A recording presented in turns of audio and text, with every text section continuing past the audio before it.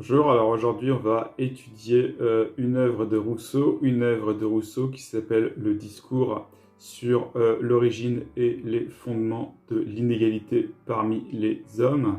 Et on va s'interroger sur une question qui se pose, à savoir celle de la différence entre l'homme et l'animal. Et à propos de cette question de la différence entre l'homme et l'animal, il apporte une double réponse. La différence, c'est d'abord une différence en termes de liberté. L'homme est libre et l'animal ne l'est pas. Et il apporte une deuxième réponse plus convaincante, plus évidente encore, plus constatable empiriquement. C'est la perfectibilité, c'est-à-dire la capacité à s'auto-perfectionner, à se transformer.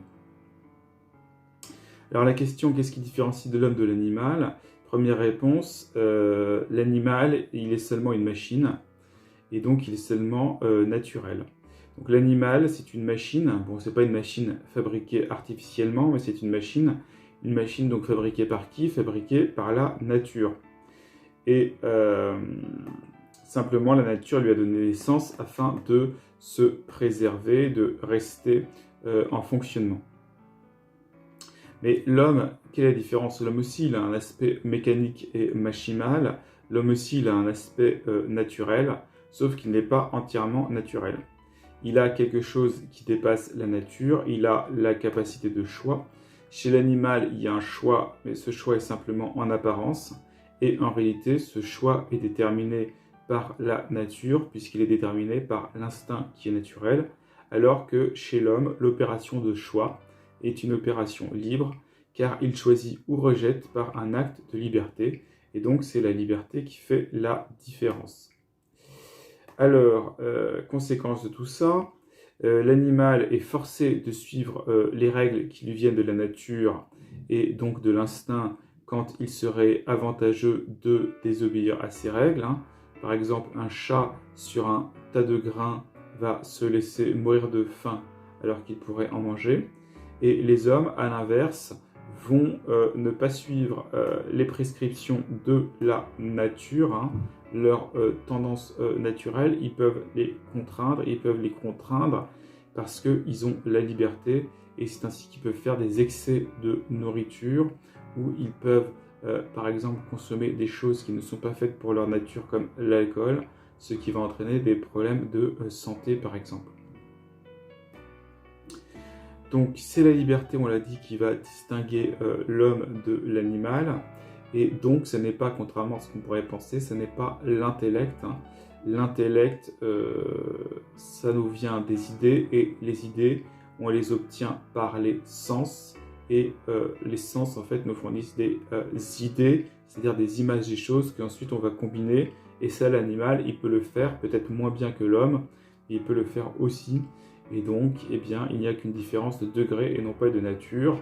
Et ce qu'on cherche, eh bien, c'est une différence de nature. Alors, ce qui fait la différence, c'est la qualité de l'agent libre. Alors, cette qualité d'agent libre, elle ne vient pas de l'intellect, on l'a dit. Alors, d'où est-ce que ça vient? Qu'est-ce qui fait qu'on peut résister aux impressions de la nature et qu'on peut finalement leur résister à cette nature? On peut aller contre les impressions de la nature, eh bien c'est un facteur surnaturel en l'homme, donc qui n'est pas physique, et cela est dû à la présence d'un élément non naturel, non physique, qui est l'âme.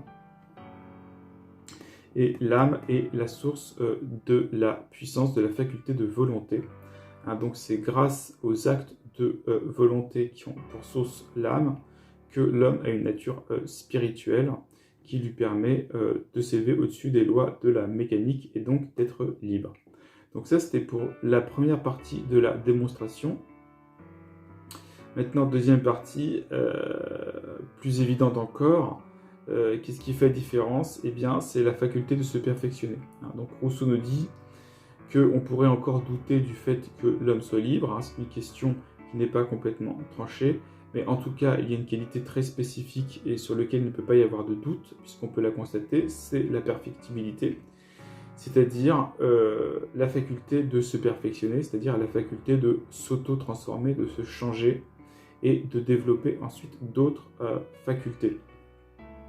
Et cette faculté, elle réside aussi bien dans l'espèce tout entière que dans l'individu, ce qui fait qu'un animal individuel est, au bout de quelques mois, ce qu'il sera tout le reste de sa vie, et l'espèce, au bout de 1000 ans, ce qu'elle sera pendant des centaines de milliers d'années.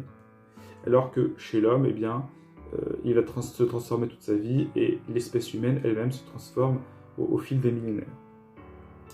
Et d'ailleurs, c'est à cause de cela, à cause de cette faculté, que l'homme peut tomber en dessous de la bête. Enfin, et Rousseau se dit, par exemple, pourquoi l'homme est-il sujet à devenir imbécile? C'est parce qu'en fait, il peut retomber plus bas que son état primitif, puisque la bête, elle n'a rien acquis, elle ne peut rien perdre, et elle reste toujours soutenue par son instinct qui va la guider, alors que l'homme, par exemple, dans la vieillesse ou par d'autres accidents de la vie, il perd ce que la perfectibilité lui fait acquérir, et il va tomber plus bas que la bête elle-même. Et finalement, il constate que au niveau de l'espèce humaine en général, cette faculté de se perfectionner, alors certes, a eu des avantages puisqu'elle a développé les connaissances et elle a développé les vertus, mais elle a aussi créé des problèmes. Elle a fait que l'homme a perdu son bonheur originaire, sa tranquillité originaire, et a également développé des erreurs et développé des vices. Voilà donc pour cette différence de l'homme et de l'animal chez Rousseau, dans le discours sur l'origine et les fondements de l'inégalité parmi les hommes.